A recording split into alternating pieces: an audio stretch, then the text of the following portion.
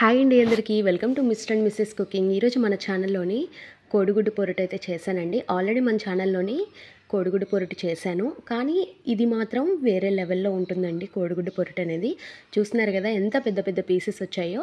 ఒక్క ముక్క వేసుకొని అన్నంలో కలుపుకొని తింటూ ఉంటే స్వర్గం అండి, అంత టేస్టీగా ఉంటుంది. ఇక ప్రాసెస్లోకి అయితే వెళ్ళిపోదాము. దీనికోసం ఒక పెద్ద ఆనియన్స్ని అయితే తీసుకోవాలి. ఆ తర్వాత కొంచెం పచ్చిమిర్చిని అయితే మీకు ఘాటుకు సరిపడా తీసుకోండి. ఎగ్స్ తీసుకున్నాను, అదేవిధంగా కరివేపాకును కూడా తీసుకున్నాను. ఈ ఎగ్ పొరట్లో ఏంటంటే ఉల్లిపాయ ఎంత ఉంటే అంత టేస్టీగా ఉంటుంది. అన్నంలో కలుపుకున్నప్పుడు వేరే ఏం అవసరం లేదండి. ఇది చారులో కూడా చాలా బాగుంటుంది. అసలు ఉత్తిది తినేయొచ్చు, అంత టేస్టీగా ఉంటుంది ఈ పొరటు అనేది. ఎగ్ పొరటుని ఒక్కొక్కరు ఒక్కొక్క విధంగా చేస్తారు.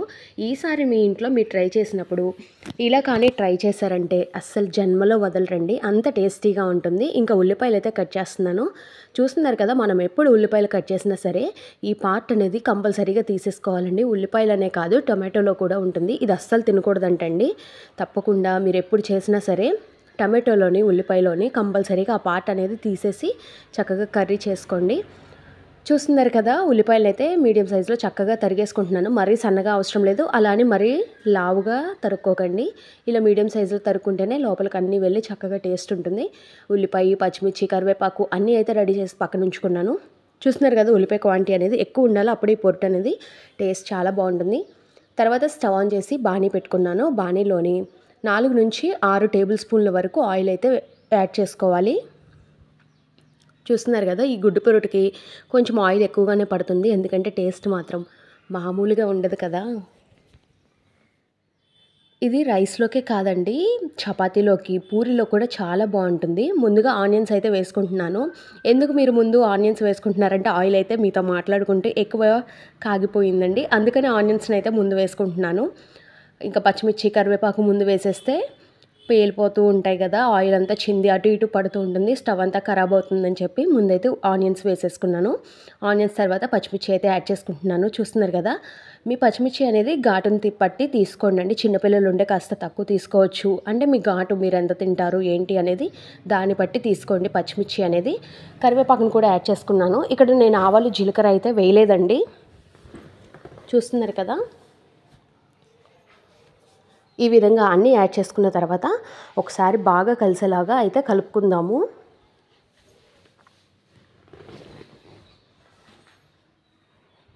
చూస్తున్నారు కదా, ఇలా తాలింపు అంతా బాగా పట్టేలాగా కలుపుకోవాలి.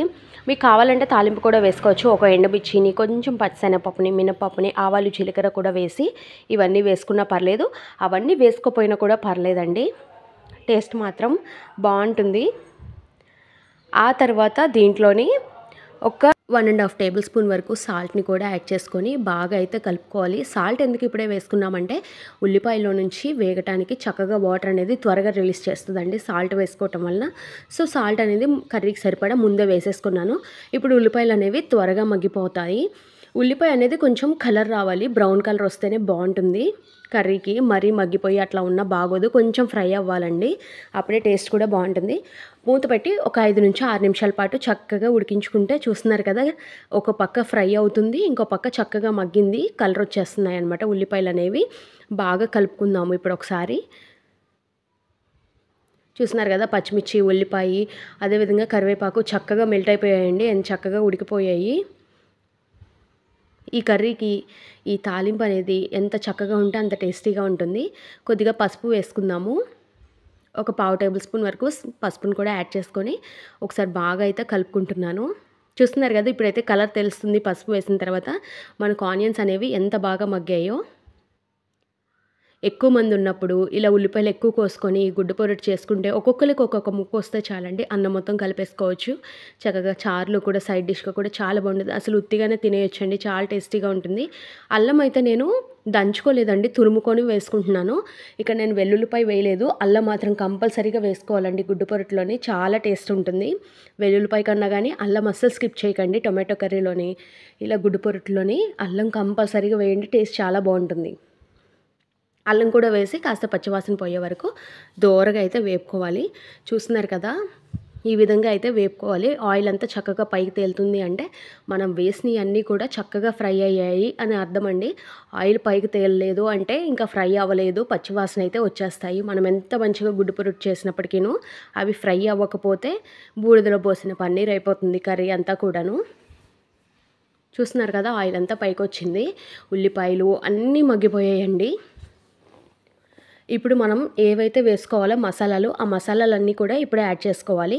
నేను ఇక్కడ 1 టేబుల్ స్పూన్ వరకు ధనియాల పొడిని అయితే వేసుకుంటున్నాను.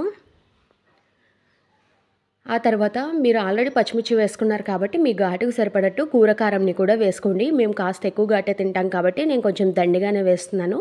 మీరైతే మీకు సరిపడా ఘాటుకు వేసుకోండి, అడ్జస్ట్ చేసుకుంటూ. ఉప్పు కారాలని తప్పకుండా మీ టేస్ట్కి సరిపడా వేసుకోవాలి. ఇలా కూర కారంని కూడా నేను 1.5 టేబుల్ స్పూన్ వరకు వేసుకున్నాను. నేను ఇక్కడ సాల్ట్ 1.5 టేబుల్ స్పూన్ వేసాను, కూర కారం వేసాను 1.5 టేబుల్ స్పూన్. అదేవిధంగా ఇక్కడ పచ్చిమిర్చిని కూడా నేను యాడ్ చేశాను కాబట్టి నాకు ఉప్పు కారాలు అనేవి సరిగ్గా ఉంటాయండి. వీటన్నిటిని కూడా బాగా కలిపి మనం వేసిన మసాలాలు కూడా ఒక 2 నిమిషాల పాటు ఆయిల్లో ఫ్రై అయ్యేలాగా మనం ఫ్రై చేసుకోవాలి. చూస్తున్నారు కదా, ఆయిల్ అంతా పైకి వచ్చేస్తుంది. మనం వేసిన మసాలాలు కూడా చక్కగా ఫ్రై అయ్యాయి.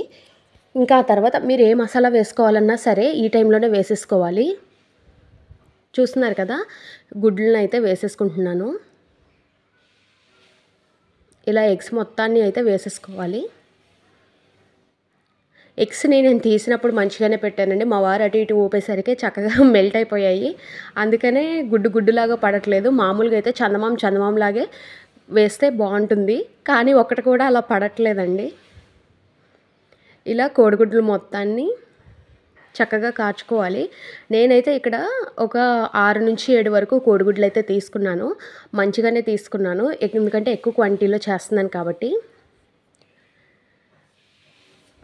నేను తీసుకున్న ఈ కోడిగుడ్లు 6-7 కోడిగుడ్లకి దాదాపు 8 మంది అయితే చక్కగా కడుపు నిండా తినొచ్చండి. అంత బాగుంటుంది గుడ్డు పొరుటు అనేది, ఒదిగొస్తుందండి కర్రీ అనేది ఇలా వేసుకోవటం వల్ల. తక్కువ గుడ్లు ఉన్నా పర్లేదండి, చక్కగా వేసేసుకోవచ్చు. దీన్ని అంతటినీ కూడా చక్కగా స్ప్రెడ్ చేసుకుందాము. సైడ్స్ కూడా ఏమి అంటుకోకుండా చక్కగా ఇలా అనుకుని ఒక 5 నిమిషాల పాటు మూత అయితే పెట్టి ఉడికించుకుంటే పైన కూడా చాలా సాఫ్ట్గా ఉడికిపోతూ ఉంటుంది. చూస్తున్నారు కదా, గుడ్డు అనేది చక్కగా ఉడుకుతూ ఉండాలండి. ఒక 5 నిమిషాలు మూత పెడితే సరిపోతుంది. చూస్తున్నారు కదా, చక్కగా పైన కూడా చక్కగా ఉడకటం అయితే స్టార్ట్ అయింది. ఇంకా దీన్ని అయితే నెక్స్ట్ సైడ్కి అయితే ఫ్లిప్ చేసుకుందాము చిన్నగా. ఇలా ఫ్లిప్ చేసుకోవటం వల్ల ఏంటంటే అయ్యో విరిగిపోతుంది అని మాత్రం అనుకోకండి. ఇలా ఫ్లిప్ చేసుకోవటం వల్ల ఏంటంటే గుడ్డుగానే ఉండిపోతుంది, మనకు ఫ్లేవర్ అనేది తెలుస్తుంది. చాలామంది కోడిగుడ్డు పొరటుని చిన్నగా కూడా చేసుకుంటారు. ఒక్కొక్కటి ఒక్కొక్కటి స్టైల్ అండి. మన ఛానల్లో కూడా అలా చిన్నగా ముక్కలుగా చేసిన కర్రీ కూడా ఉంది. ఇదొక రెసిపీ, అదొక రెసిపీ అండి. దేని స్టైల్ దాందే. ఇది కుష్కా బిర్యానీ అంటారు కదా, ఓన్లీ ఆనియన్స్ వేస్ట్ చేస్తారు. దాంట్లోకి అయితే మస్తు ఉంటుందండి. ఇది నాకైతే చాలా ఇష్టం ఆ కాంబినేషన్లోని. ఇలా తిప్పుకున్న తర్వాత మరొక 2 నిమిషాల పాటు ఏదైనా పచ్చి ఉంటే ఉడకాలి కాబట్టి మరొక 2 నిమిషాల పాటు మూత అయితే పెట్టుకుందాం. మూత పెట్టి 2 నిమిషాల పాటు ఉడికించిన తర్వాత చూస్తున్నారు కదా, పీసెస్ చక్కగా అయితే కట్ అయిపోయాయి. చాలా టేస్టీగా ఉంటుంది. తప్పకుండా మీరు కూడా మీ ఇంట్లోనే ట్రై చేసి ఎలా వచ్చిందో కింద కామెంట్ సెక్షన్లో కామెంట్ చేయడం మాత్రం మర్చిపోకండి. సరే కానీ సబ్స్క్రైబ్. Bye bye.